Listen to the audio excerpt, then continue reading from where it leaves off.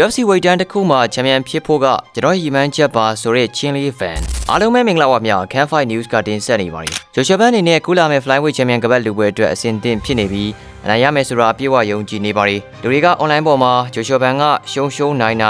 သူပွဲတွေကအများအားစိတ်လှုပ်ရှားမှုပေးနိုင်နေဂျိုရှဘန်ရဲ့ပွဲတိုင်းလက်မလို့တင်မှုဆိုတဲ့အထိပြောလာကြပါတယ်အခုလိုအခြေခဏလေးတွင်းမှာအခုလိုမျိုးပရိသတ်အများကြီးရဲ့အားပေးမှုရလာတဲ့ပုံမှာဂုဏ်ယူမိလားလို့မေးလာတဲ့အခါမှာတော့ fan ကအခုလိုပဲပြန်လည်ဖြေကြားလာခဲ့ပါတယ်ဒါပေါ့ဒါတကယ်ကိုယူလောက်ရှာပါပြီ။ Raven နဲ့ပွဲတုန်းကတော့မှ Show Notice နဲ့ဝင်ထိုးရလို့ရှုံးသွားရလဲကိစ္စမရှိဘူးဆိုပြီးတော့တောင်မှပြောကြပါတယ်။ဒါပေမဲ့ကျွန်တော်မှရှုံးဖို့စီစဉ်မရှိပါဘူး။ရှုံးရင်လည်းရပါသေးတယ်။ကြိုးစားခွင့်အများကြီးရှိတယ်ဆိုတာမျိုးကျွန်တော်မှမရှိပါဘူး။အခုကျွန်တော်တို့ဝေတန်းတွေကအကောင်းဆုံးတယောက်စီကနေချန်ပီယံကပတ်ကိုရယူမဲ့သူကကျွန်တော်ပါပဲ။အဲ့ဒါကကျွန်တော်ရဲ့ဘန်းတိုင်းအဲ့ဒီဘန်းတိုင်းကိုပဲဆွဲမြဲမြဲကင်ဆုပ်ထားပါတယ်။ကျွန်တော်ချစ်တဲ့မြန်မာနိုင်ငံကျွန်တော်ရဲ့မျိုးဆက်တွေအတွက်ကိုစားပြုခွင့်ရတဲ့အတွက်အယံဝမ်းသာပါတယ်။ကျွန်တော်က2000ခုနှစ်မှာမွေးဖွားပြီးတော့ချန်ပီယံကပတ်လူခွင့်ရတဲ့ပထမဆုံးကစားမှာဖြစ်တယ်လို့မြန်မာနိုင်ငံရဲ့ပထမဆုံး UFC ကစားမှာပန်ဒိုဂျာကိုနိုင်ရင် UFC မှာချန်ပီယံဖြစ်တဲ့ပထမဆုံးအာရှသားဖြစ်လာမှာပါ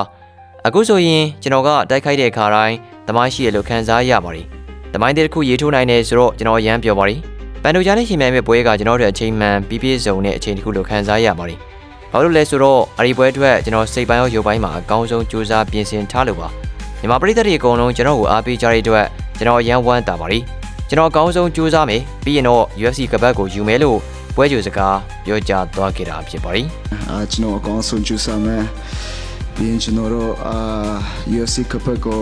ယူမယ်